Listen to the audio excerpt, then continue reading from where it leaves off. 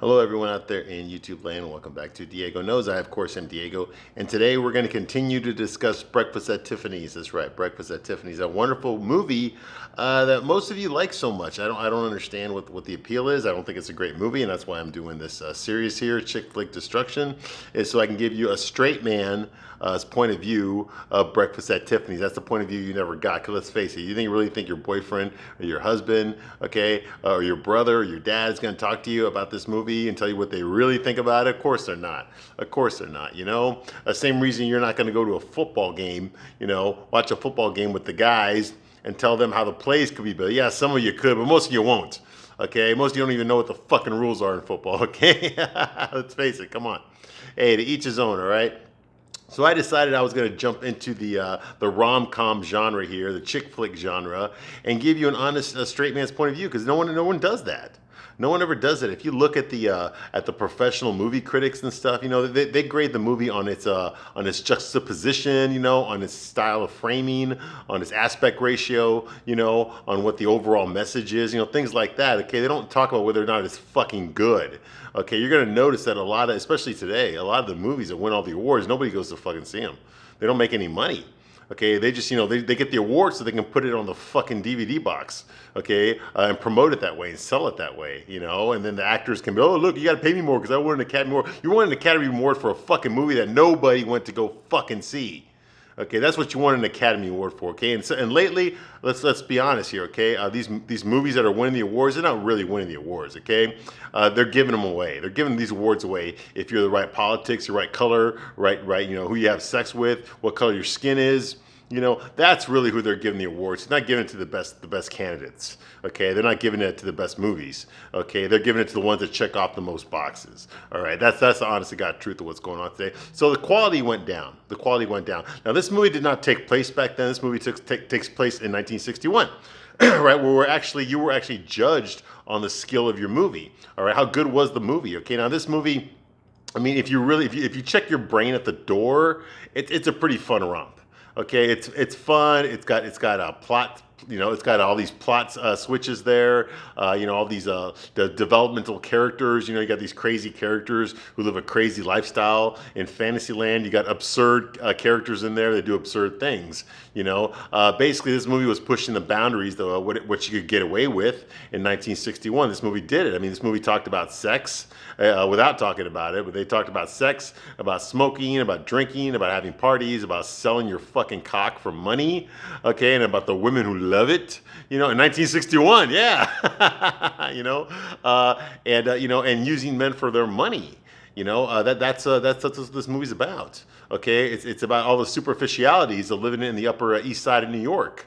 About shopping at expensive stores, about wearing designer clothes. It's all about the fashion and the parties, okay, and the social status, and who do you know, and who do you blow, and who's got the most money, and who's going to take me around the world, who's got the best liquor, who's going to get shit-faced all the time, what friends are crooks, what friends are socialites, that kind of thing, that's what this movie's all about. It's very cosmopolitan, very, very Sex in the City. Yes, it is, all right? So if you check your brain at the door, I can understand why a lot of women like it. Okay, Audrey Hepburn's got a great personality. She saves this movie from being a total flop. Okay, you can't take your eyes off of her. Okay, you can't. You're always watching her character, Holly Golightly, to see what she's going to do next, to see how she acts, how does she talk, how does she flirt. I mean, it's all there. Okay, women, you get a crash course on how to flirt with men by looking at Holly Golightly. She knows how to flirt with guys. I mean, the shit that she does there, it still works today. Okay, but women don't do it anymore. Okay, they just don't do it anymore. They're not about like projecting weakness in front of men. Like women don't want to do that anymore. They want to be strong and independent and tough. Well, guys don't want to date women that are like that. Okay, because we're already like that. We don't need that. We don't want to date ourselves. Hence, men and women, we are different. Opposites attract. I don't want to date a fucking chick who thinks she's got a bigger dick than me. Fuck that noise. She don't. Okay, I don't want to date that. I want to date a woman who's feminine. I want to do who likes girly things. Okay, that way we can complement each other. We can learn from each other. We can complement each other. Okay, and that's one thing Audrey Hepburn does succeed at, which is the reason she has such a legion of female fans, is because she can project the feminine. Okay, she can act feminine. Okay, she exudes femininity. Okay, that's what makes her charming. Okay, she ain't that great looking. Let's face it. Come on, guys. She ain't that great looking. All right, she's pretty, but that's it. I'm not going to rank her above a fucking 6, and I'm being generous here, okay? But it's her personality that draws men in, okay? She knows how to talk to men. She does what other women won't do. Women that are better looking than her won't do what she's doing, hence she gets more guys. She gets more proposals. She gets more dates because she does the things that the super hot girls won't do, refuse to do. You see what I mean? That's her charm. It's her personality. That's what she has that other women don't have. So it's believable that guys could fall in love with her. What's not believable, if she was like an ordinary girl, if she like worked at a store or something, you know, or had a regular job, I could totally see lots of guys, legions of men falling in love with her because of her personality, because she knows how to flirt. She knows how to talk to guys. I could see her as a car salesman. She knows how to, you know, every guy that buys a car from her will fucking slip his phone number to her. I can totally see that. But what I cannot see is a high value man falling in love with a fucking hooker. No matter how fucking, no matter how great her personality is, it's just not going to happen. It's a girl you'll fuck, but you won't give your heart to her. You won't marry her. You know, that's not going to happen. It's not realistic. But in this movie, it happens every day. You know, so which I guess in real life it does. Okay, but any guy with any sort of self-esteem, any sort of high value man, because let's face it, she don't date low value guys. Okay, I mean the lowest value man she fucks in this movie is a fucking male gigolo. I mean, which is not that low. Okay, she ought to be fucking. Imagine Rusty Twaller. Imagine him without any money at all. Okay, and she fucked that guy. Okay, exactly. She would never do that. She would never date a low value man. Okay, she only dates high value men, and she only considers marrying a super, super wealthy high value man. You know, a guy who's next in line to be fucking president of a country. That's the kind of guy she wants to go out with, okay? In her mind, fucking she's, you know, and that's a come down for her, okay? She wants to marry Albert Schweitzer. She wants to marry fucking Leonard Cohen. She wants to marry fucking Emperor Nero. Okay, from the Roman Empire, okay? But since she can't get those guys, they're unavailable right now, she'll settle for a fucking Brazilian billionaire, okay, who's next in line to be president of his fucking country. She'll settle for that, okay? That's settling down for her. You see what I mean? So a woman like that, okay, she's not gonna get guys like that if she's a fucking prostitute. No guy would ever take a girl like that seriously. I'm sorry, ladies, it just ain't gonna fucking happen. Okay, that's why the girls, whenever you hear about some girl who used to be a fucking hooker or used to be a stripper or some shit and she marries like some wealthy, handsome, attractive guy with no fucking kids, you know, okay, and then they go off and live happily ever after. You know why that guy married her? You know why? Okay, because he didn't know she's a fucking hooker. That's why. If he had known that, he wouldn't have married her. Okay? Not if he was a high value. If he's a low value guy, yeah, he probably would have, yeah. If he's some dumpy guy who's got all this money, but you know can't get laid worth of shit, yeah, he would have to buy a girl like that. And girls like that marry guys like that all the fucking time. But I'm talking about a high value man, a guy who has options, a guy who can easily get another girl, a guy who knows that he can get another girl. Okay, a better looking girl. Okay, those guys, you're not gonna see too much of that. Okay, you're not. Okay, you really think Brad Pitt is gonna fucking ever date fucking like Jenna Jameson, the porn star? You think he would ever fucking date her? And I'm talking like go to red carpet parties with her, you know, take her on vacation with paparazzi there. You think he'd ever do it? Fuck no, he would never do that. Because she's a fucking whore, that's why. Nothing to do with her looks, she's a fucking whore. Okay? But, would he fuck Jenna? I'm sure he has in real life, but he ain't gonna brag about it. He ain't gonna brag about it. He doesn't want, you know, he'll do it for fun, but he ain't gonna fucking show that to the world. That would hurt his image. What's a high value guy? There's so many fucking tens out there that are virgins that are just waiting for Brad Pitt in their bed. Why would he fuck a girl who's fucking smoked more meat than Hickory Farms? Okay, why would he fucking promote that? Like a Mia Khalifa. You really think Brad Pitt would ever fucking marry Mia Khalifa? You think that would ever fucking happen? Fuck no, it would never happen, but I'm sure he's fucked her. I'm sure he has. He ain't gonna advertise that. That's what I'm talking about. Okay, Holly Golali's the kind of girl that you fuck, but you don't really like, you know, tell the people in your life about it. Okay, you might brag to your guy friends about it. Hey, yeah, I nailed her too, you know. But you know, you're not gonna bring her home to meet your mom. Okay, you're not gonna fucking put out an ad in the paper or post that on the fucking on Instagram. Hey, we're engaged. You're not gonna fucking do that if you're a high value man. Fuck no. I'm sorry, ladies, it's the truth. And then, you know, just like Pretty Woman. You know, look at that piece of shit. I already reviewed that fucking movie. Yeah, hooker, fucking multi-millionaire, single, straight, good-looking, smart, handsome, charming guy falls in love with a fucking street hooker. Are you out of your fucking mind? You ever think that's gonna fucking happen in real life? It's not. It's not. Okay, but this movie, it can't. Of course it happens. Of course. No, it's bullshit. But you ladies already know this. You know this. So why do you love this movie so much? You know? When you actually check your brain in, you take your brain into the theater with you to see this movie, then none of this shit makes any sense. Okay, but anyway, what do I know? I'm just a straight guy. All right, so I'm gonna tell you the truth about this movie. I'm not gonna pull any punches. If you're easily offended, get the fuck out of here right now. Okay, I'm gonna tell you the truth. All right, I'm gonna give you a big dose of truth straight up with no lube. No lube. Can you handle it? That's the question you need to ask yourself. All right, because I'm going in there, man, balls deep all the way in. Let's see if you can really handle it, okay? So let me continue the review where we left off last time.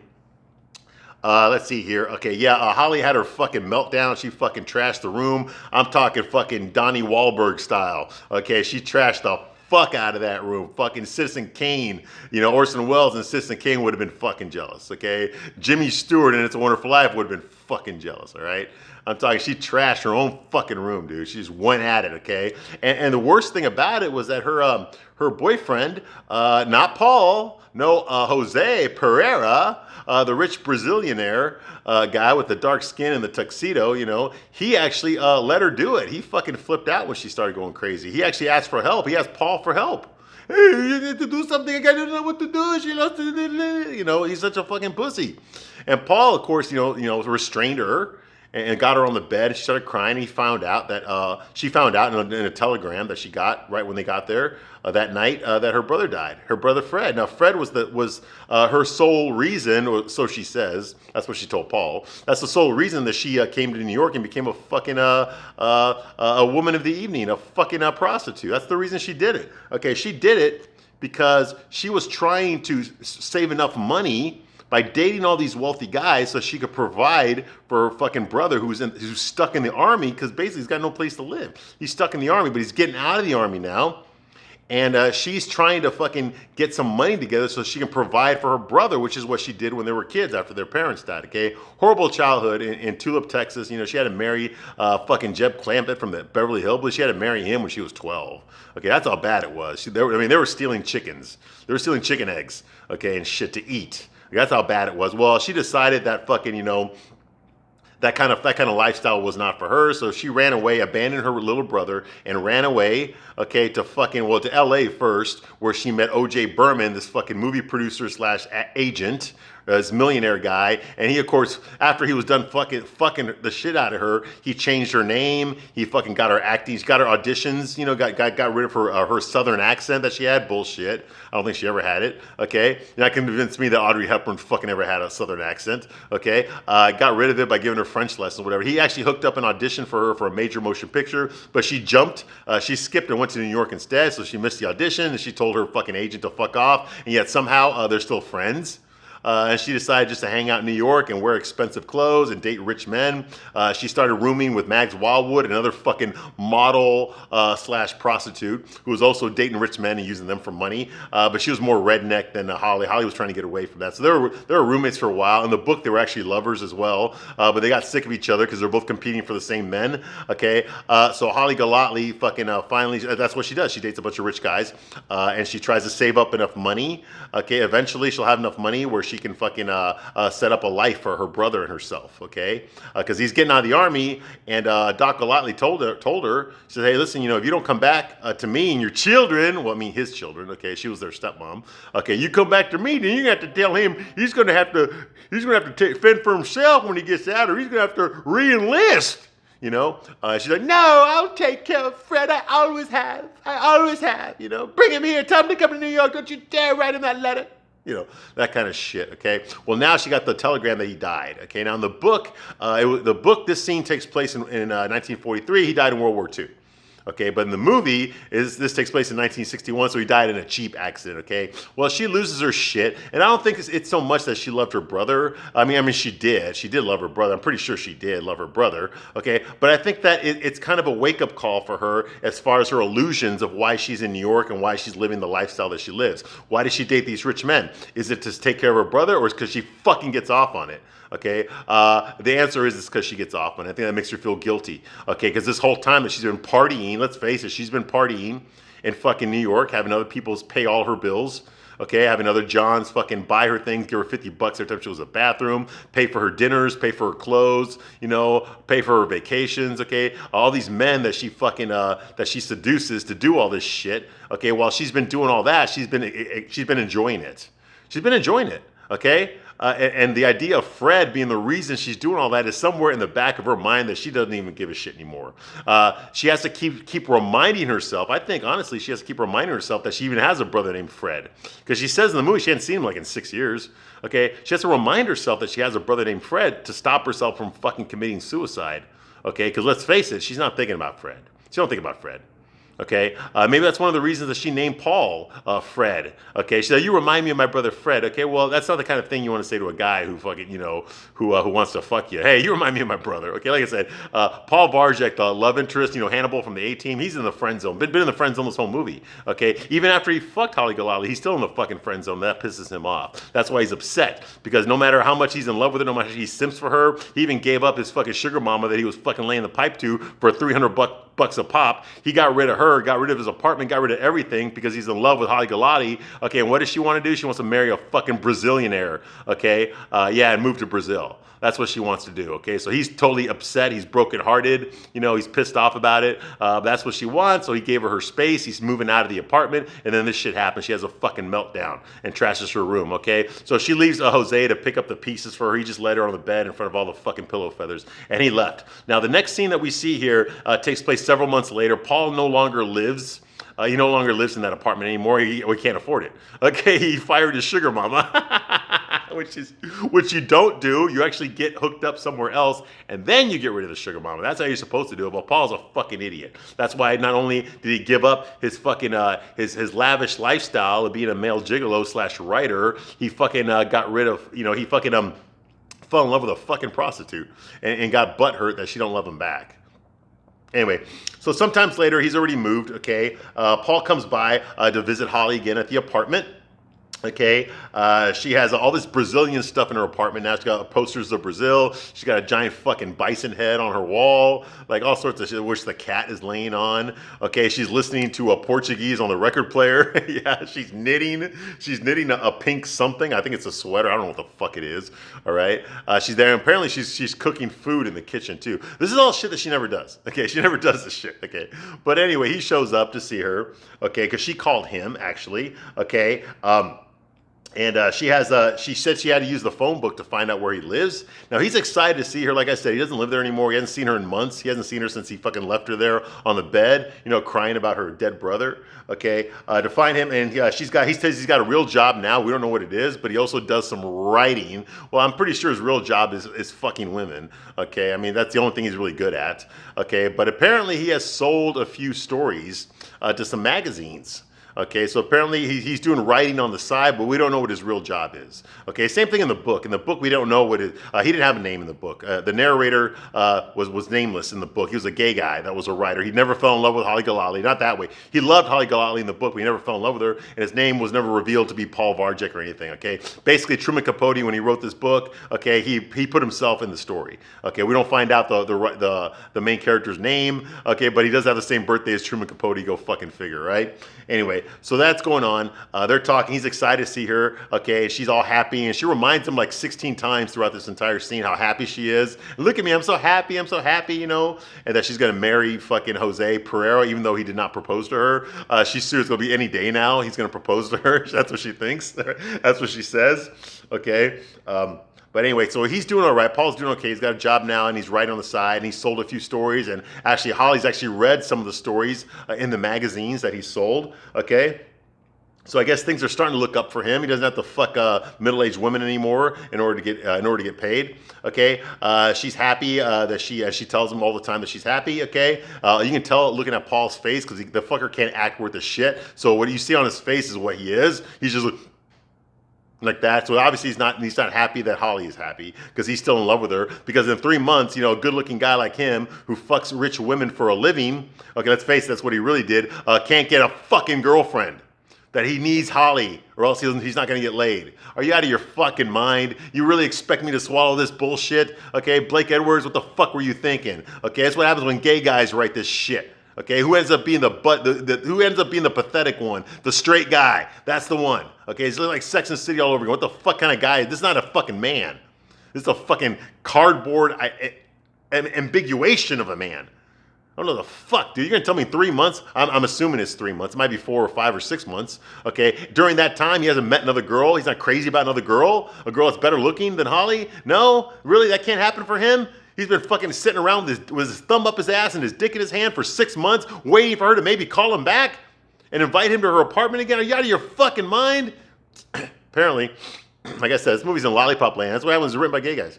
All right. So anyway, so Paul is thinking, if you're so fucking happy, he doesn't say it. He's thinking, if you're so fucking happy, then why the fuck did you call me here? You know, that's basically what he's thinking. You can tell that's what he's thinking. Okay. She tells him that Jose is in Washington tonight. Hence, that's why she invited him, because my boyfriend ain't here. He ain't here today. Get it? Okay. Yeah, exactly. Yeah, this is the kind of woman that needs to get married, right? Yeah. Okay.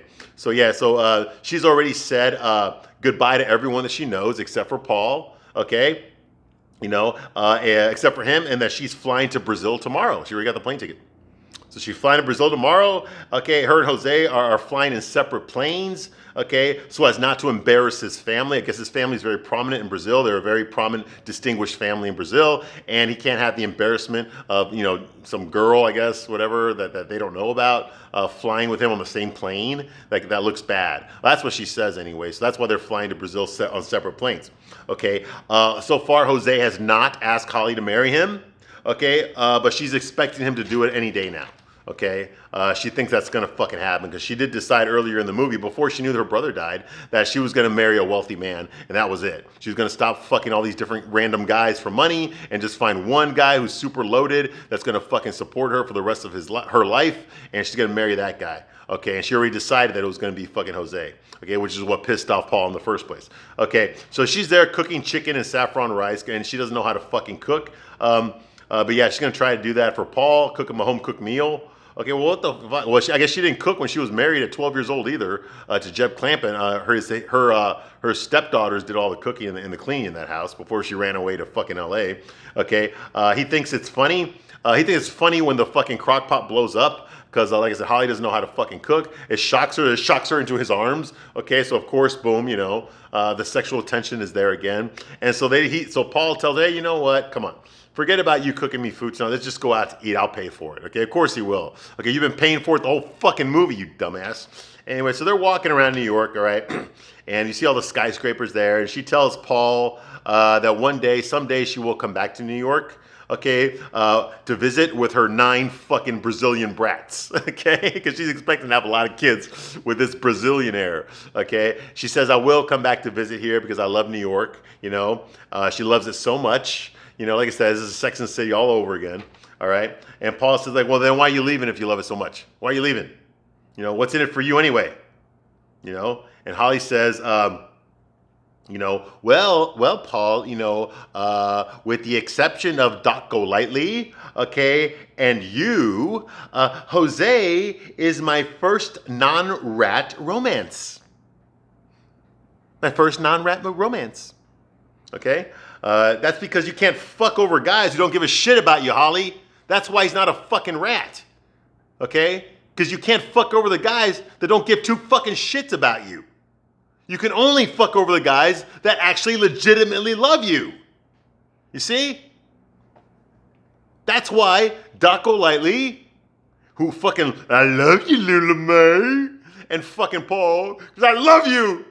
My name is Paul and I love you. And fucking Jose, who fucking really, I mean, I'm sure he's nice to her, but he's not very masculine. He's not very assertive, you know? We don't really know how they relate together. All we saw was when she fucking went nuts in front of him and he fucking couldn't handle it. Okay, so yeah. You know, if these guys really do care about you, Holly, of course you're gonna fuck them. You fucked them all over. Eventually, the only guys that gave a shit about you, you fucked them all over. Okay, the guys that you don't give a shit about, you fucked them over or they fucked you over. Exactly. Mostly they fucked you over. They quit calling, they quit seeing you, they quit everything, okay? And guess what's going to happen to you now? Guess what happens when you find out how Jose really feels about you, okay? Yeah, exactly, okay? You do this to yourself, Holly, okay? Women, you do this shit to yourselves. I'm sorry, but it's fucking true, okay? Anyway, so it's hard for me to feel sympathy for Holly Golightly, Okay? The guys that actually love her, that actually treat her good, okay, that want something from her, that give a two shits about her, she fucks them over. She don't give a shit about them. Just like real life. Okay, so maybe this isn't Lollipop Land after all. Okay, anyway. So she says that Jose is not a rat. Okay?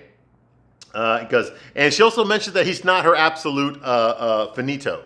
He's not her absolute finito.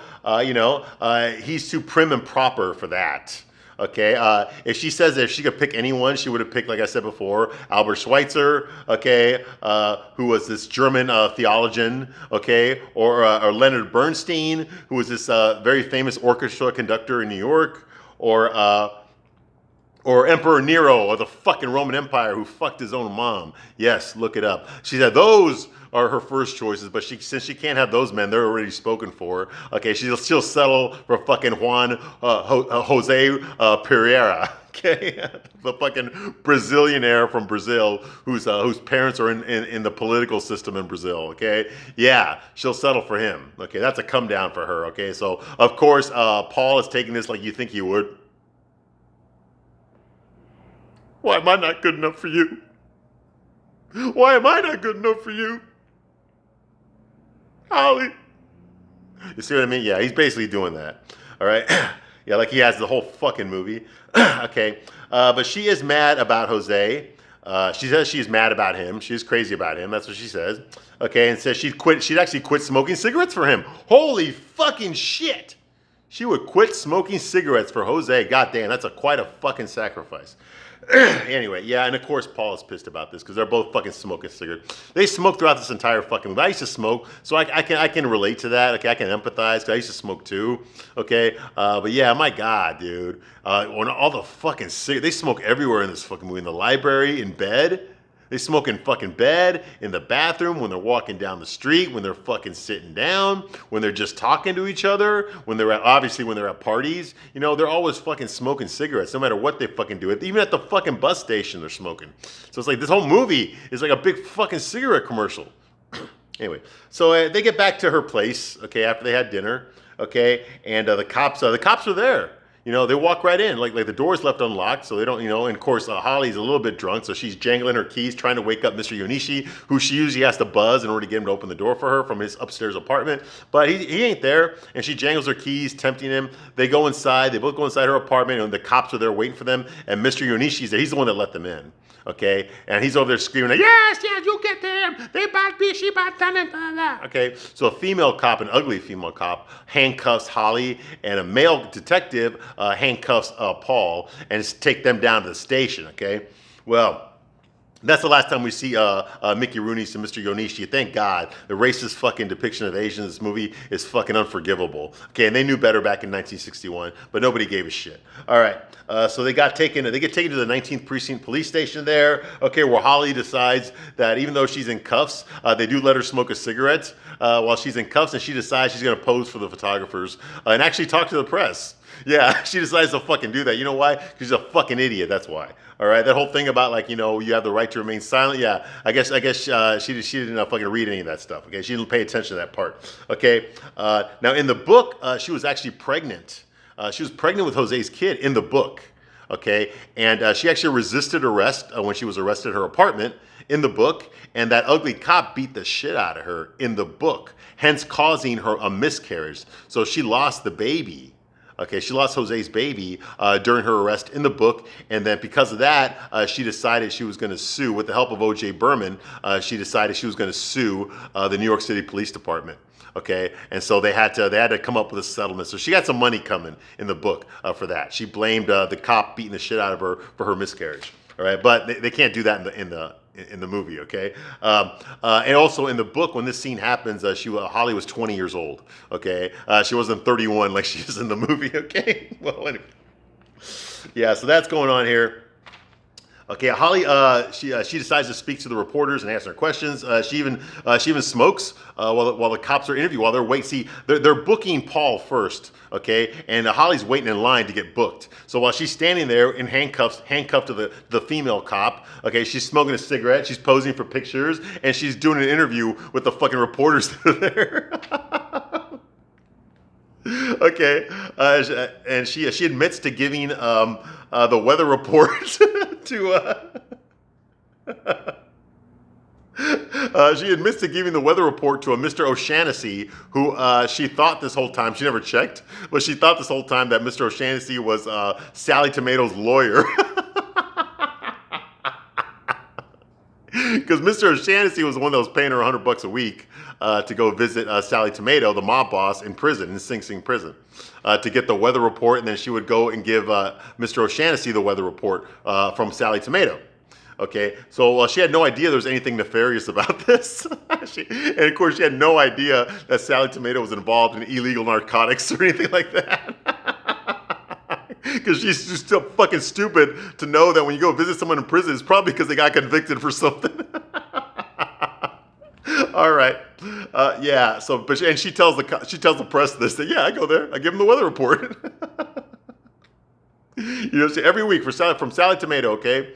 And they ask her, well, do you have a lawyer? She's like, I guess I have. Mr. O'Shaughnessy's my lawyer. And when she says that, the cops are hauling in Mr. O'Shaughnessy in handcuffs. He's all pissed off and he's fucking yelling at fucking photographers.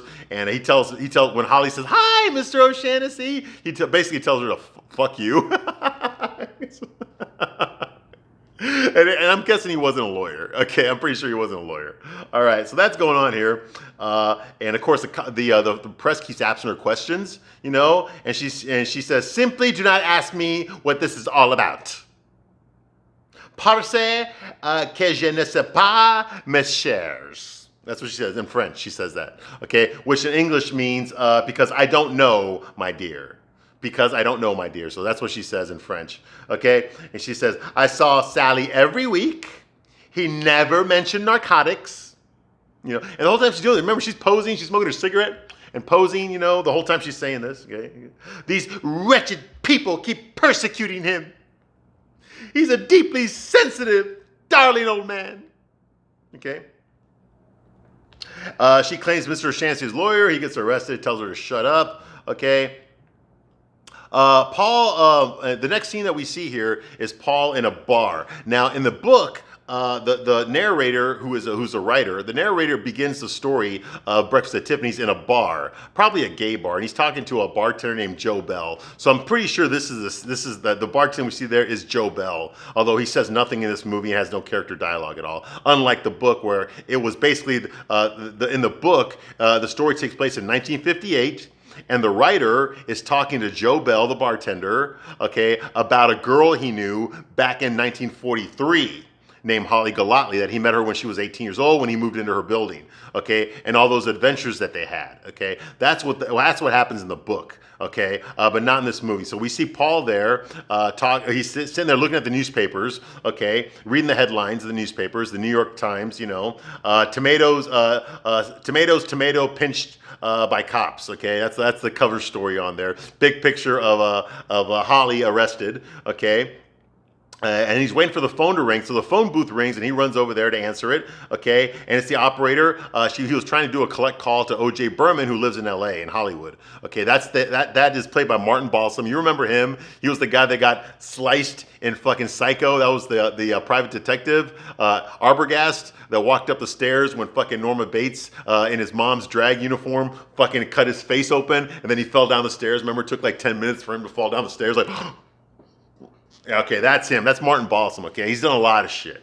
Okay, he's been in a lot of movies. He was actually in the pilot movie of The Twilight Zone, the original Twilight Zone, Rod Serling's Twilight Zone, yeah. Back when it was on the Desilu Playhouse. But anyway, Martin Balsam plays this guy, O.J. Berman, who was actually Holly's agent. And of course he fucked the shit. He's the one that discovered her, okay? Of course he fucked the shit out of her, okay? Anyway, he's a famous, wealthy producer slash agent in Hollywood. He has a mechanical bed, an electric bed that goes up and down. The automated reclining beds, I guess they were new back in 1961, but every hospital has them today, okay? And he's trying to fuck with his. He's got a script on his stomach, so he fell asleep, fucking reading a script, okay? And he actually has a speakerphone, which was like science fiction back in 1961, okay? He's on speaker, okay? And even Paul points out how you sound like you're talking from a cave, you know, that kind of thing. He's on speakerphone, which was brand new back in the day, very nuanced, okay? Just like Sex and the City, whenever technology is brand new, you see it on Sex and the City, and then everyone goes to buy it. Same thing with this fucking movie. All right. So anyway, he accepts the phone call, and Paul pays the $3.50 long distance charge. Yeah, they used to do that. Okay, to talk to O.J. Berman in L.A. Okay, and interrupt him while he's in bed. All right. So he calls O.J. He says, like, hey, this is Paul Varjak. You remember me? We met at the party. He's like, Paul, who's Paul? Paul Varjak, V-A-R-J, okay, it's Fred. He's like, oh, Fred, yes, Fred, I remember you from the party, Holly's party. Okay, because Holly never called Paul by his name. She always called Paul Fred, her brother's name. So when they had the party, she introduced Paul as Fred to everybody. Okay, so O.J. Berman knew him as Fred, not as Paul, which is his real name. Okay, oh, yes, yeah, the party, okay. He's like, well, we need your help here. Holly's he's, oh, don't tell me about it, I already know all about it, okay? He says, I already know about everything that happened, okay? Don't worry about Holly, don't worry about her, okay? I sent her the best lawyer there is, okay? I'll cover it, and I'll provide, provided that you keep my name out of it, okay? I want to be anonymous in this whole thing, but don't worry about it, okay? My lawyer's going to get her out of jail by 10 a.m. tomorrow morning, all right? So don't worry about Holly, she'll be fine. Just keep my name out of it, okay? Remember, this was 1961, okay? And O.J. He says, now I need you to do something for me, Fred, I need you to do something for me, okay? When you pick her up, you check her into a hotel under a fake name. And whatever happens, make sure she don't talk to any reporters. Keep her away from all the reporters. And Paul's like, oh, thank you so much. Thank you so much, Mr. Berman. We appreciate it. So, yeah. You know what? What else can I do? Okay, I don't owe her nothing. She's a phony, but she's a real phony. All right? Now shut the fuck up and get the fuck away from me. Bye. That's basically how that conversation ends. All right. So Holly's going to be okay. So we think.